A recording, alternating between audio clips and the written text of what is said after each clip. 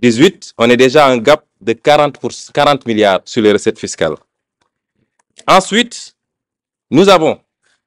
et nous l'avons démontré, puisque personnellement j'ai saisi le FMI et je vous en ai fait ampliation, que sur les années passées, vous avez fait un dépassement de l'ordre de 216 milliards sur les ressources extérieures. Et c'est extrêmement gravissime, ça veut dire que tous les chiffres que vous nous donnez, nonobstant votre rengaine habituelle sur les notations ou je ne sais quoi, tous les chiffres sont faux. Et voilà les causes de la difficulté de trésorerie, malgré les dénégations. Et ça conduit à quoi? Ça conduit à une frénésie de l'endettement, 61% sur le PIB. C'est inadmissible pour le Sénégal. Parlons des eurobonds. 100 milliards en 2009, 250 milliards en 2011, 250 milliards en 2014, 660 milliards en 2017 et 1184 milliards aujourd'hui. Et vous nous dites que vous n'avez pas de difficulté. Pourquoi cette frénésie de l'endettement? Pourquoi, dans le cadre de cette loi de finances-là, vous êtes encore dans cette dynamique de créer toujours et encore des taxes? Mais si on examine les 3 taxes que vous créez, prenons la première, la taxe spéciale du secteur des télécommunications. Elle vient remplacer une autre taxe de la même nature qui a été votée ici il n'y a même pas un an, en 2017. Qu'est-ce que vous avez changé? Puisque vous n'osez pas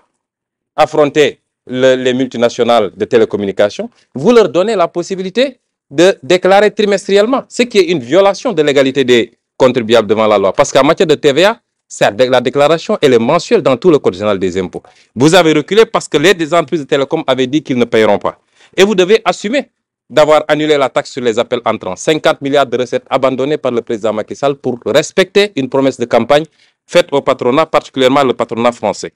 Le prélèvement sur les compagnies d'assurance. Mais vous mettez une taxe de 1% qui va être encore supportée par le consommateur, alors que vous n'osez pas taxer les forts profits des compagnies d'assurance et les distributions qui sont faites. C'est là où se trouve l'enjeu. Mais vous êtes toujours en train de faire peser la charge sur les mêmes, c'est-à-dire le pauvre contribuable. Enfin, les prélèvements sur les opérations de consignation. Monsieur le ministre, nous savons que ce prélèvement est taillé sur mesure pour la société de droit suisse qui s'appelle Adax Energy, qui fait l'objet aujourd'hui d'un redressement de 100 milliards fraude fiscale sur ces opérations-là. Et nous suivons de très près l'arbitrage qui est sur votre table, parce que nous savons que cette loi, elle est taillée sur mesure pour cette société.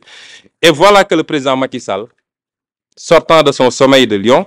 décore cette même société de l'ordre national du Lion. Les multinationales viennent ici, elles fraudent, elles grugent le fisc, mais on les décore après de l'ordre national du Lion. C'est très bien fait. Et puis, on avance. Et comme d'habitude, parce que ce qu'on ne dit pas assez, c'est que cette société est impliquée dans le scandale de la SAR avec les 8 navires qui ont été commandés sans passer par le conseil d'administration. 400 milliards. Vous êtes très informés de ce dossier.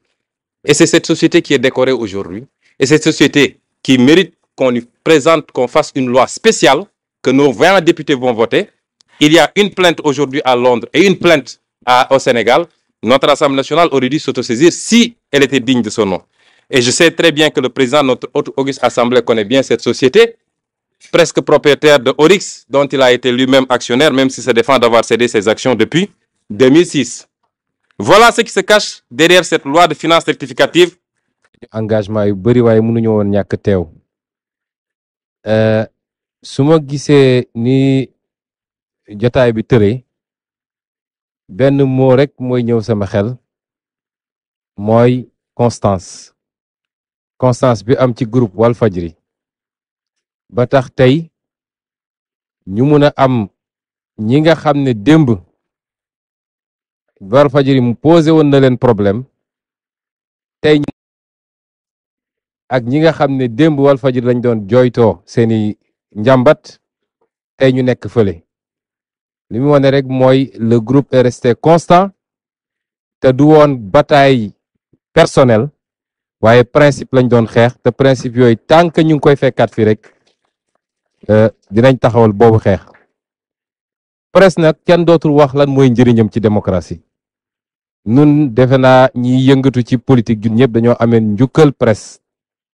ndax ku tëj woon sa saal yow dong ne maa ngi def conférence de presse juróomi nit yi ko fekke rek ñooy xam la nga fa wax waaye presse mooy balaa guddi àdduna yëpp yëg ko te pluralité boobu mu ñuy permettre tey ñun ñëpp dëppoo nañ ni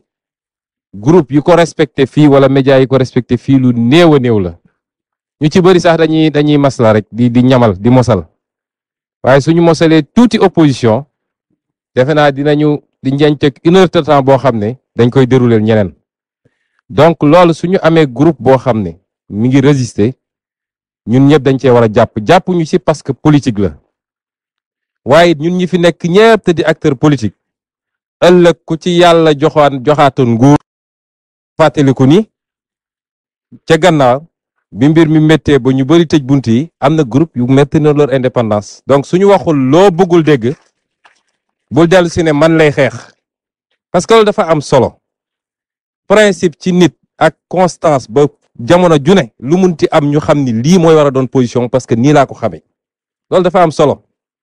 su loolu weesoo nag lim fi développé yëpp on n'en attendait pas moins ci moom mooy il faut ñu décomplexer c'est-à-dire li nit ñi réussir mooy dañoo gëmloo ni am na lenn loo xam ne ñenn rek ko war a wax politicien déguisé nga mais réew mi ñun ñëpp ko bokk nit citoyen war naa mun a addu ci lépp ci réew mi la différence rek mooy ñii dañoo bëgg a conquérir et exercer le pouvoir ñële contrôle citoyen la ñuy def kon lii la ñuy xaar ci citoyen yi Sénégal te loolu moo manqué le tiers pouvoir au Sénégal parce que xeex yi ñuy xeex si suba rek maa ngi ciy wax ak kenn mu ne ma wooy yéen politiciens yi da ngeen war a def lii yéen politiciens yi waajaa ngi préparé maguwee élection yéen politiciens yi ma ne ko yow lan nga ci parce que politiciens yi rek suñu leen bàyyi ñu jàmmaarloo nguur mu yor moyen de l'état wu yor lépp mënuñu ko ñu xeexee ba xeex ñu sànni lacrymogène citoyen reetaan ne keroog boo leen gisee ni ñuy dawee diw moom hôpital la mujje donc loolu tiers pouvoir boobu citoyen boobu ñu ne la ña ngay jaay sa pétrole ak sa gaz nga toog fa nga toog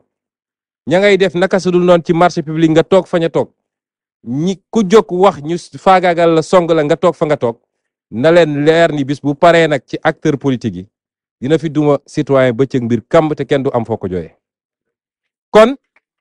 li ñu bokk muy réew mi nga xam ne ñëpp xam nañ ne li fi xew du yoon jël say mbokk ak say laq leen sa gannaaw ku ñu ne sàcc nay milliards sax mun na dem tëddi nelaw di seet nag ku àndul ak yow suñu nee fukki dërëm manqué na ci comptabilité am sax nga ne kaso askan wi di ko seetaan loolu du yoon li xew ci dossier ñoom Khalifa Sall du yoon mais ñun doore ñu ko tey damay fàttali ni 2012 boobu dooruma politique ñu def émission maag Moubarak Lo maa leen njëkk ne cette histoire de CREI là c'est un danger pour le pays justice boo xam ne inquisitoire ba pare benn ni tey toog di arrêté listam ne diw na dem CREI diw du dem ñu jox ko teg ko ci loxo nit ku romb nga ne ko sa semis bi rafet na dem ko jële loolu du justice te gis nañ fi mu mujje ñuy seetaan loolu ak yeneen bi muy tongal fii ay ñoom Nafi Ngom Keïta keneen ak keneen yow ñëw nga parce que si di wax na léegi patrie avant parti nangam waaye gestion sobre et vertueuse ku ne gestion sobre et vertueuse nit ñëw taxaw ne la lii de baaxul lii de ñu ngi lubal xaalisu réew mi nga tongal ko kon kay yow li nga wax gëmoo ko donc ñu bëgg a daane rek wax askan wi nii xeex bi du xeexu politique de su lubalee élection defu ko opposition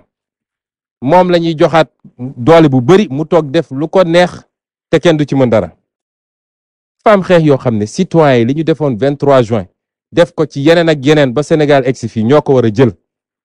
ñu war koo jël ci anam goo xam ne alhamdulilah gannaaw bi ñu sant yàlla julli ci yonent bi nuyu aussi seen téléspectateurs yëpp di leen remercier également ci invitation bi parce que toujours opportunité la bu ñu mën a jokkoo ak askan wi communiquer di nuyu sénégalais yëpp ñu ne fii ak ñu ne ci diaspora bi balaa may dugg ci question bi ma firndeel rek ni bi ñuy taxawal suñu parti politique jiitu na trop sama génn administration ndax ñu ngi créé parti en janvier 2014 ñu tabb ma ci bopp ba ma ne président bi te 2016 bi lañ ma génne administration donc suñu nee dañoo génn administration taxawal parti day mel ni dañoo mer ngem bu fekk demul noonu. ci lañ la gën a ràññee ci lañ mën a wax. waaw déet parce que li andi génn ci administration parti bi moo tax. parce que dama doon wax ci turu président parti politique laa doon wax di critiquer action gouvernement bi du turu fonctionnaire. donc ñaar yooyu c'est très important di koy préciser parce que bi ñu créé parti 2014 ñun dañu def option ak Paris ne problème mu politique Sénégal bokk na ci mooy politique bi duñu wax ci li yitte si réew mi politique bi jàpp nañ ni xastante la xiiroo la ŋaayoo la li ci ëpp ci temps bi la ca des su élection jotee nga andi say milliards yoo xam ne ci keesu état bi nga ko jëlee parce que ñëpp xam nañ ni amuñu xaalis bi ñuy dépensé daal di wasaare ñu fal la ñu ne nag politique amul lu ko gën a noble amul lu ko gën a am solo su dee def nañ ko niñ ko war a defee mooy dangaa jóg ni man de fii laa juddoo yoroo fa màggee fi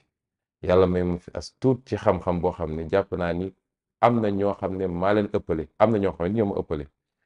loolu yàlla may ma te amuma ko lu dul askanu Sénégal ñoo ma ko permettre ndax man école publique laa jàngee xaalisu impôt sénégalais yi ko financé ba ma egsi fii ma egg